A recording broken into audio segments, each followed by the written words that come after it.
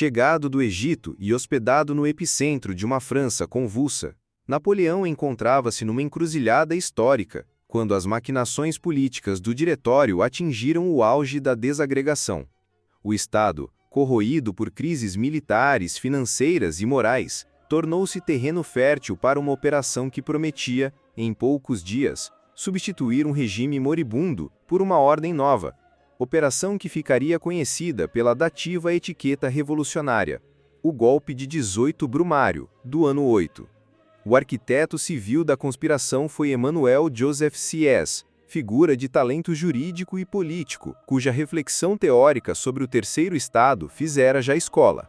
Sieyès, desiludido com o Diretório, ambicionava reestruturar a República mediante um executivo forte e ordenado. Para tanto, precisava de um homem de ação que assegurasse a execução prática do plano, alguém que detivesse o prestígio popular e o comando militar, Napoleão Bonaparte. A trama desenrolou-se com discreta perícia de gabinete. Sieyès juntou-se a Roger Ducos, um diretor que poderia servir de máscara legal para a operação, e concertou entendimentos com ministros, chefes militares e segmentos influentes do poder. Procurou, sobretudo, assegurar que Paris não se transformasse em palco de resistência. Para isso, buscou o apoio de militares leais e a cooptação de figuras-chave nas assembleias legislativas. Elemento essencial do plano foi a utilização da forma legal como um instrumento de fraude legítima. Alegando ameaças jacobinas e a necessidade de segurança, convenceu-se as assembleias a deslocar suas reuniões para o Alto de Saint-Cloud, afastando assim o teatro das deliberações do coração urbano e acumulando ao mesmo tempo tropas no entorno, sob pretexto de proteção pública. A prática da operação dividiu-se em movimentos sincronizados. Em Paris, Lucien Bonaparte, irmão de Napoleão e presidente do Conselho dos 500, exerceu papel decisivo ao controlar os trabalhos parlamentares e manipular o quadro de informação. Nos arredores, colunas de tropas, dentre as quais figuravam as famosas granadeiras a cavalo, posicionaram-se para intimidar e, se necessário, intervir fisicamente contra resistências. No coração do golpe estava a estratégia teatral. Napoleão, revestido de prestígio militar acumulado, compareceria aos corpos legislativos para impor sua autoridade. Lucien, no interior, criaria as condições discursivas de crise. E, por fim, o exército, como último recurso, dissolveria a resistência física. Esta coreografia política exigia tanto prudência quanto ousadia, e ambas se manifestaram de modo quase coreográfico. Quando Napoleão foi apresentado ao Conselho dos Anciãos, encontrou o entendimento moderado. Já no Conselho dos 500, sua entrada suscitou hostilidade. Ali o general experimentou a insurreição verbal dos deputados, que viam naquele homem o protótipo da ambição militar em confronto com o princípio republicano da soberania representativa. A reação dos deputados ao discurso de Napoleão foi ruidosa e conflitiva. Então, Lucien praticou um gesto decisivo ao presidir a sessão, alegou ameaças contra o irmão e denunciou uma trama de atentado, gesto que serviu para inverter a narrativa e deslocar a culpa sobre os membros do próprio conselho, legitimando assim medidas excepcionais. Aclamando a necessidade de ordem, as tropas, já próximas, intervieram no recinto. A intervenção militar cedo se tornou atropelo jurídico. Sentenças de prisão, expulsões forçadas e cenas de violência física marcaram a dissolução de qualquer resistência organizada dentro dos salões legislativos. Deputados feridos, insultados e removidos foram a face visível do emprego da força contra a deliberação. Com as assembleias semi-desarticuladas, Sieyès e seus aliados impuseram a renúncia dos diretores e a suspensão das estruturas do diretório, ao mesmo tempo em que proclamavam a necessidade de um governo provisório capaz de restaurar a ordem.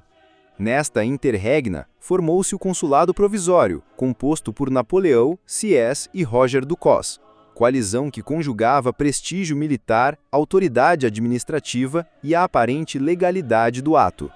O Consulado Provisório visava, formalmente, pacificar o país e conduzir à elaboração de uma Constituição, mas, na prática, constituiu-se um artifício de transição pelo qual Sieyès esperava exercer o poder real.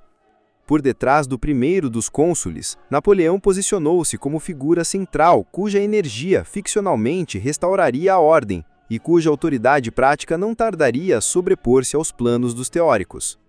Importante faceta do golpe foi a manipulação da opinião pública e da imprensa. Manobras retóricas transformaram a intrusão militar em salvamento da pátria. Jornais favoráveis exaltaram a necessidade de disciplina, ordem e segurança, enquanto os adversários eram rotulados de desordeiros que conspiravam contra o bem comum. Assim, a violência ganhou roupagem de redenção política. A legitimidade pós-coup precisou de um verniz jurídico. Convocou-se uma comissão para redigir nova Constituição que substituísse o esborado arranjo diretorial. Sieyès havia concebido um texto que limitava o poder das assembleias e criava um executivo forte.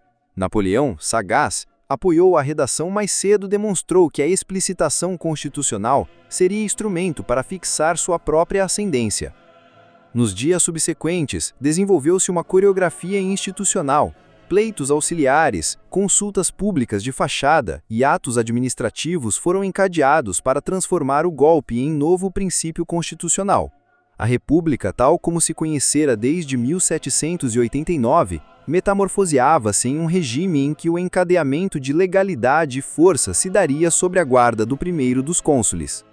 A habilidade política de Napoleão revelou-se na conjugação de sua imagem pessoal com a construção de um dispositivo estatal. Ao mesmo tempo que fazia avultarem suas qualidades militares, procurava associá-las a uma máquina administrativa capaz de restaurar a ordem, reorganizar a justiça e pacificar as finanças.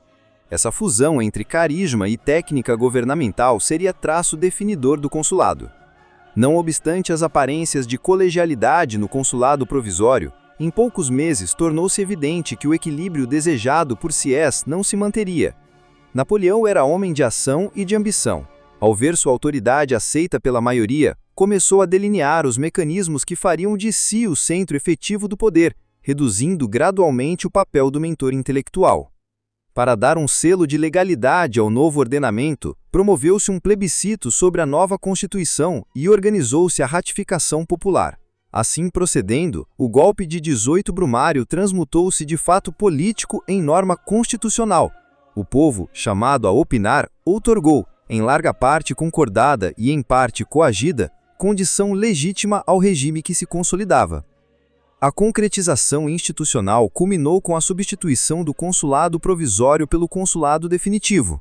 Napoleão, agora como primeiro cônsul, foi acompanhado por dois homens de notável habilidade jurídica e administrativa, João Jacques Regis, de Cambacérès, e Charles François Lebrun, cuja presença conferiu maior tecnicidade e aparência de continuidade legal ao novo regime. O advento do consulado não apenas mudou titulares, mas alterou o regime político em sua essência. Fortaleceu o executivo, limitou o protagonismo das assembleias e instaurou um sistema em que o talento administrativo e a centralização determinariam as políticas públicas. A República, assim renovada, perdia traços de sua radicalidade popular para adquirir fisionomia hierárquica e burocrática. A lição mais duradoura do 18 Brumário foi a consciência histórica de que a legalidade pode ser instrumentalizada para consolidar um golpe. Ao manipular formas constitucionais e ao revestir a intervenção militar de discursos de salvação nacional, os artífices do novo regime conseguiram converter um ato de força em fundamento jurídico-político. No plano humano, o episódio revelou igualmente a fina astúcia de Napoleão. Soube combinar audácia e cautela, violência e norma, propaganda e administração. Seu êxito não residiu apenas nas tropas, mas sobretudo na capacidade de transformar uma ruptura em recomeço institucional, arte que o colocaria pouco depois no centro de uma nova monarquia política, embora de feição revolucionária.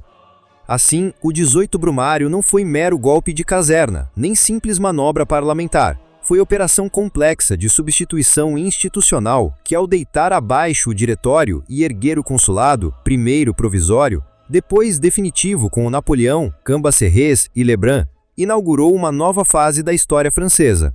Uma era em que a autoridade forte, a administração eficiente e o primado do mérito militar e técnico reconfigurariam a face da Europa.